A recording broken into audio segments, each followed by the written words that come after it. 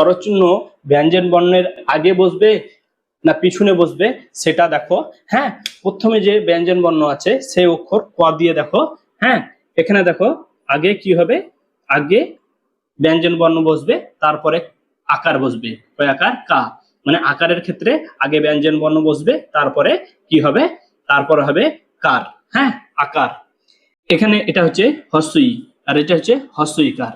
হ্যাঁ, হস্যইকার প্রথমেই দিয়ে দেবো, তারপরে যে কোনো ব্যঞ্জন বর্ণ দেবো। এখানে দিলাম ক, কয় হস্যই কি। এবার এখানে দেখো, এখানে হচ্ছে হস্যইর পরে কি দীর্ঘই, এটা হচ্ছে দীর্ঘইকার। আগে আগে ব্যঞ্জন বর্ণ দিয়ে দেবো, তারপরে বসবে দীর্ঘইকার। হ্যাঁ, তারপরে বসবে দীর্ঘইকার, কয় দীর্ঘই কি। তারপরে হচ্ছে হস্য উকার, এটা হচ্ছে হস্য উকার। হ্যাঁ, উপরে দিয়ে দেবো কি যে কোনো ব্যঞ্জন বর্ণ, তারপরে তার পেছনে এই কারটা হবে। হ্যাঁ, তার এই পেছনে এই নিচে হবে কি হস্য উকার, কয় হস্য উ। ঠিক এটাও ব্যঞ্জন বর্ণ লিখবো, তার এই নিচে, তার নিচে কি হবে দীর্ঘ উকার হবে।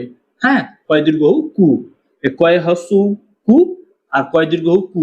এখানে রি দেখো, এখানে কি আছে রি, আর এটা হচ্ছে রিকার।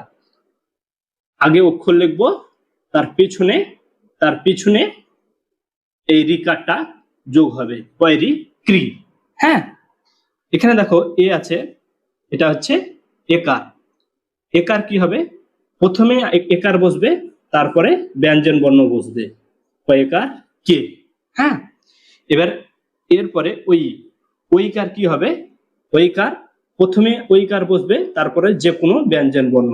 আমি একটি প্রথমে যে ক আছে সেটি দিয়েই কারোর সঙ্গে যুক্ত করলাম, এটা হচ্ছে। এরপরে ওইকার প্রথমে বসবে, তারপরে যে কোনো ব্যঞ্জন বর্ণ, কয় ওইকার কই। হ্যাঁ, এটা হচ্ছে ও। ওকারের মিডিলে যে কোনো বর্ণ বসলেই এখানে বসিয়ে দিলাম ক, তো ক উকার কো। হ্যাঁ, ক উকার কো। এখানে যদি ব বসাই, ব উকার বো। যে অক্ষর বসাবো, ব্যঞ্জন বর্ণ যে অক্ষর বসাবো তার সঙ্গে ওকার হবে, ক উকার কো। সেরকম যদি ব বসাই, ব উকার বো, ব উকার বো হবে। আর এটা হচ্ছে ঔকার।